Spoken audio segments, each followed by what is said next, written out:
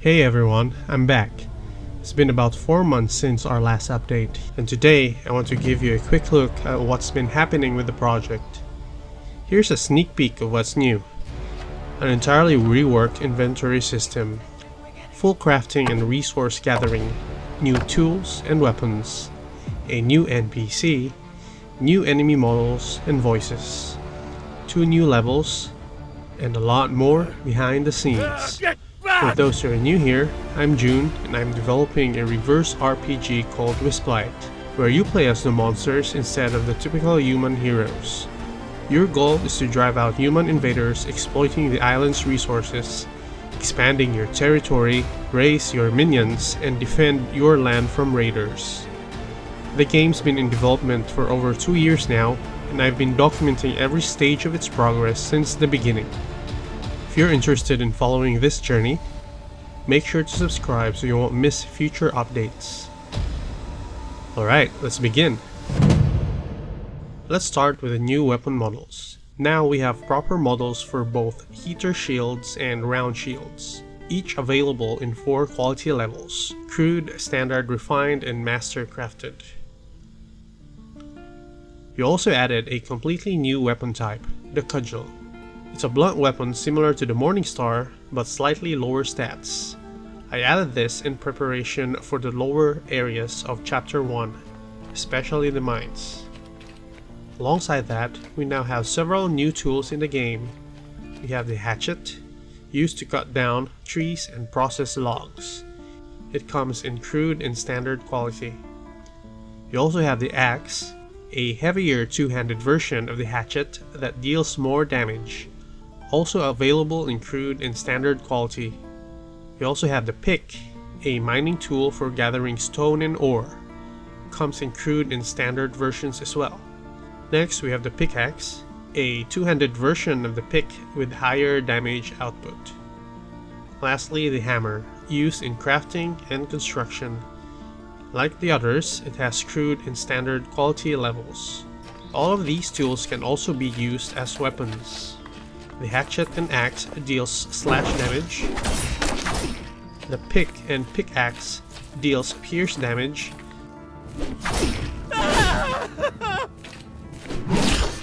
And the hammer deals blunt damage. Break off the attack! Get out!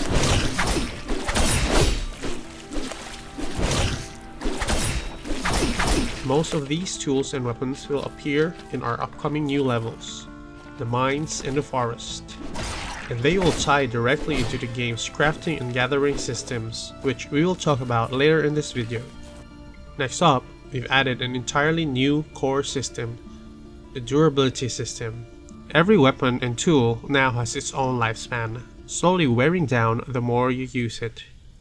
Durability can be easily restored at workbenches, and higher quality gear naturally lasts much longer. We built this system not just for realism, but to strengthen Wisplight's entire economic loop. With settlements producing materials and minions automatically gathering resources, durability creates a meaningful resource sink, something that keeps progression balanced and makes upkeep a real part of the gameplay cycle. It's not just there just for the sake of it being there, but it's part of one of the long-term gameplay loops of Wisplight. To go along with that, we've also added a new consumable item called coating, available in 2 types, basic and black. Coatings add an extra protective layer to our weapon's durability. When you hit enemies, the coating depletes first before your weapon takes damage. It's a great way to preserve your favorite weapon. Just apply a coating and you're good to go. Now what happens when durability hits 0? In Wisplight, the item doesn't disappear or no longer deals damage, but its damage and stats drop significantly. You can still use it, but it won't perform nearly as well until you repair it. To make that feedback clear, we've also added visual damage systems. Your weapon will look visibly broken. There's also a distinct sound effect when it happens.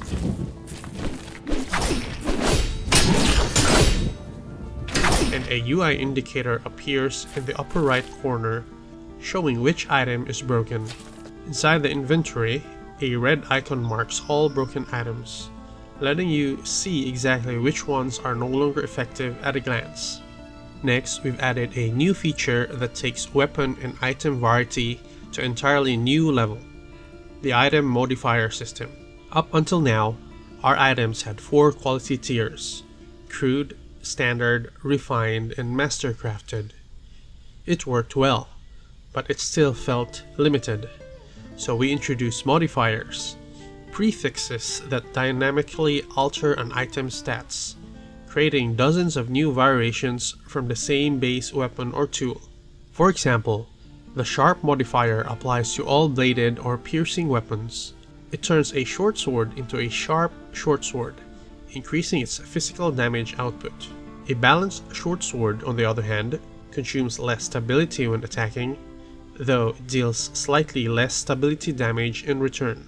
There's also fortified, which increases durability by 50% and can appear on any item that uses the durability system. Not all modifiers are positive though. Fractured halves the item's durability, while dull weakens blades and piercing weapons, reducing their damage. These trade-offs make looting and crafting far more unpredictable. Every weapon or tool can now roll on its own strengths and flaws. At the moment, Wisplight has 28 weapons, and most of them come in 4 quality levels. On average, each has around 16 possible modifiers. That's 28 times 4 times 16, that's around 1,792 unique variants. And that's just counting items with modifiers. If we include the base, unmodified versions, that total jumps to 1,904 variations. And since every weapon, tool, and shield also has a broken state, that number doubles again, bringing the total to roughly 3,808 possible item variations currently in the game. And that's without even touching armor and future items not added to the game yet. I won't dive too deep into the full mechanics just yet, because we still have a lot to cover in this devlog, but I'll make a dedicated video soon explaining exactly how modifiers work, how they're rolled, and how they will shape Wisplight's balance and economy. So if you're curious about that system, make sure to subscribe so you don't miss the breakdown.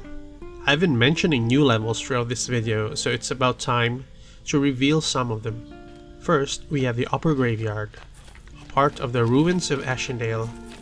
This area serves as another potential settlement that you can capture and claim as your own. It's filled with ruined mausoleums, gravestones, and towering ash trees.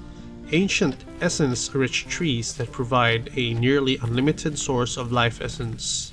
And if you remember those massive roots we found in the caves beneath Ashendale, these are the trees those roots belong to. They've been feeding off essence deep below the ruins for centuries.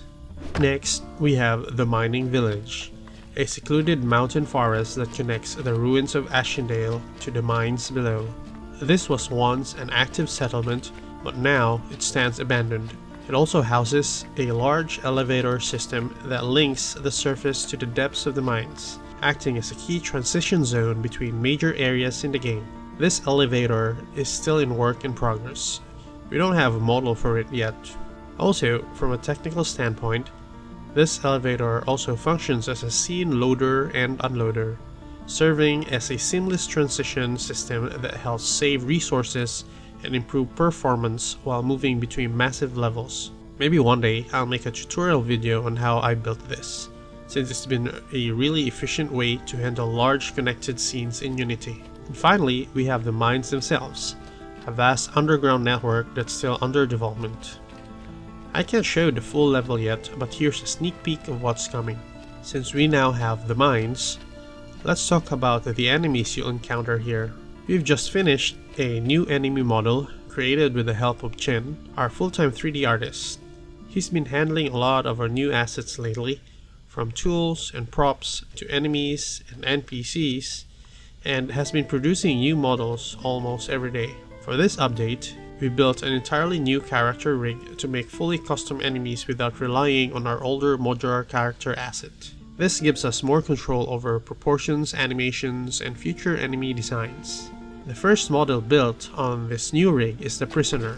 These are slave workers found inside the mines, forced to dig rocks and ore. They're the first of a new enemy group tied to the mines area, and more variations of them will appear as development continues.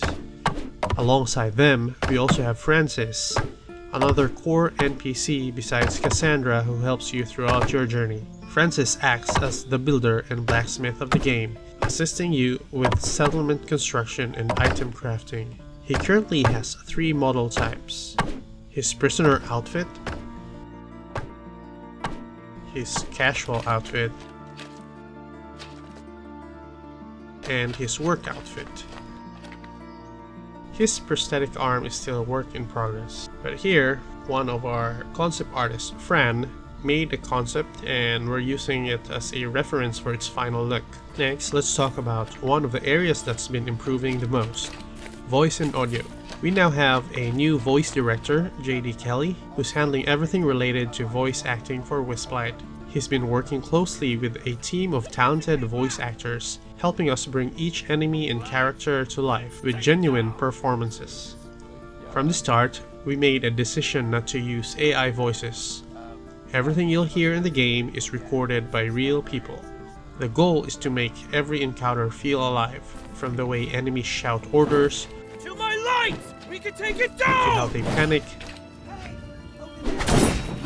Run for your lives! coordinate, Your end is soon at hand. Get behind it! Circle! or react during combat. You'll be buried soon! Here's a quick sneak peek of some of the new voice lines we've recorded during our recent sessions. Bearing down here, it is murdering other people, like part of your religion, your brothers being cut down in front of you. It's okay to kind of like react to this in a spontaneous way. Stay back! What did I do? Finally, the battle is over. You've got it. You are fervent in your religious belief, and you are letting go the fear that you've had. Still have the fear, but let it drop as you're saying this. Praise God! We've got it! Ready the vessel! So when you're saying give it what for, you're saying like give it everything you've got and that kind of thing. So you are like you're encouraging your men to fight harder. Stick together! Give it what for!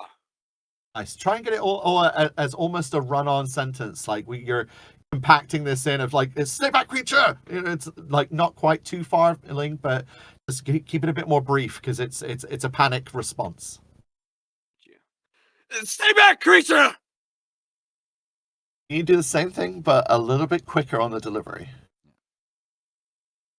Not another one to bury! Nice. Yeah, one more variation of that at that speed. You're not another one to bury! I've seen your kind before. Souls stitched together by stolen light. No! Please! Run for your lives! There'll be a little bit more of a broken quality to it. Next, we have an entirely new system, the beginning of the economy system in Wisplight. I won't go too deep into this yet since it's a huge topic, but I'll give you a quick summary of how it currently works in the game. The long-term goal in Wisplight is to build a sustainable settlement that can function without direct player involvement. A place where you can assign minions to tasks, produce materials, and fortify captured areas to reclaim the island from human invaders. But before we get to full automation, we're starting with the basics. Right now, the player gathers the resources manually and crafts the items themselves, laying the groundwork for the systems that will later allow minions to do the same. Everything begins with resource gathering. One of the core resources is wood. You can harvest it by cutting down trees using a hatchet or an axe. Logs can then be processed at a lumberyard, which produces 2 key materials: firewood, used as fuel for crafting stations like the smelter, and planks, used to craft weapons, tools, and build structures. Another essential resource are rocks, which can be mined using pick or pickaxe, mostly found in the mines. These rock chunks can be brought to the stone cutter, where they're processed into stone slabs and stone molds, both crucial for weapon and tool production. Next we have cloth, which can be scavenged from fallen enemies. This also ties into the new scavenging system, where looting bodies can drop materials randomly, from 1 to 5 pieces of cloth, or even coatings dropped occasionally by mercenaries. Finally, all of these gathered materials feed into crafting workbenches. For example, this workbench can craft basic crude weapons like a crude hatchet, using a combination of stone slabs, cloth, and wood. Currently, there are 2 ways to craft items in the game. Manual crafting, where the player directly gathers and builds items, and assigned crafting, where you'll be able to delegate work to minions who process crafting orders while you're away. Right now, manual crafting is already finished and working smoothly. Our next step is developing the minion assignment system to bring that full system economy loop to life. And to tie all of these new systems together, I made a grid type inventory system that's a bit unique to Wisplight. It starts small, but you can expand it later by finding voice shards scattered around the island. I won't go to full detail yet, but here's a quick rundown. The inventory can grow from this to this. It uses a grid layout where every item has its own physical size. Small items like coatings just take 1 slot, while larger ones like logs can fill several spaces. Some items can stack, such as cloth, planks, and stone slabs, while others, like rock chunks, weapons, and logs, take their own slot. The inventory also displays your current equipped items along with the descriptions and stats. You can easily see whether an item is broken or intact, its durability level, the coating applied, and any modifiers attached to it. It also shows your current monster form. In this example, we're using the skeleton form, which can equip weapons and tools. Other forms will have different layouts. For example, the Spriggan inventory is being designed for organic and plant-based items. It's still under development, but that's the overall direction of the system. Development has been really tough these past 4 months. Aside from working on all new systems, I've also been juggling a lot behind the scenes. Managing new team members has been both exciting and challenging. Our full-time 3D artist, Jen, works incredibly fast, sometimes faster than I can translate the ideas in my head into something he can model. Then there's Aya, our level artist, who's been building and detailing all the new areas while we refine our level design and level art workflows fit together. Then we have Vince, our playtester, whose sessions I often watch live to spot gameplay loopholes and see firsthand how players react to new systems. And of course, coordinating with G-Day Kelly to plan and record all the new voice lines for Wisplight. That has been a whole process on its own. On top of that, things outside development haven't exactly been easy. We had earthquakes shaking our area for nearly a month,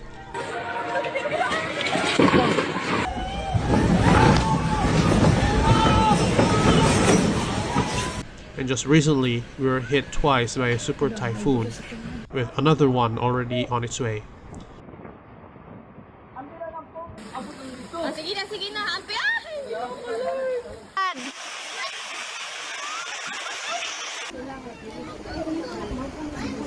Tabangin yung taon may dinhilon.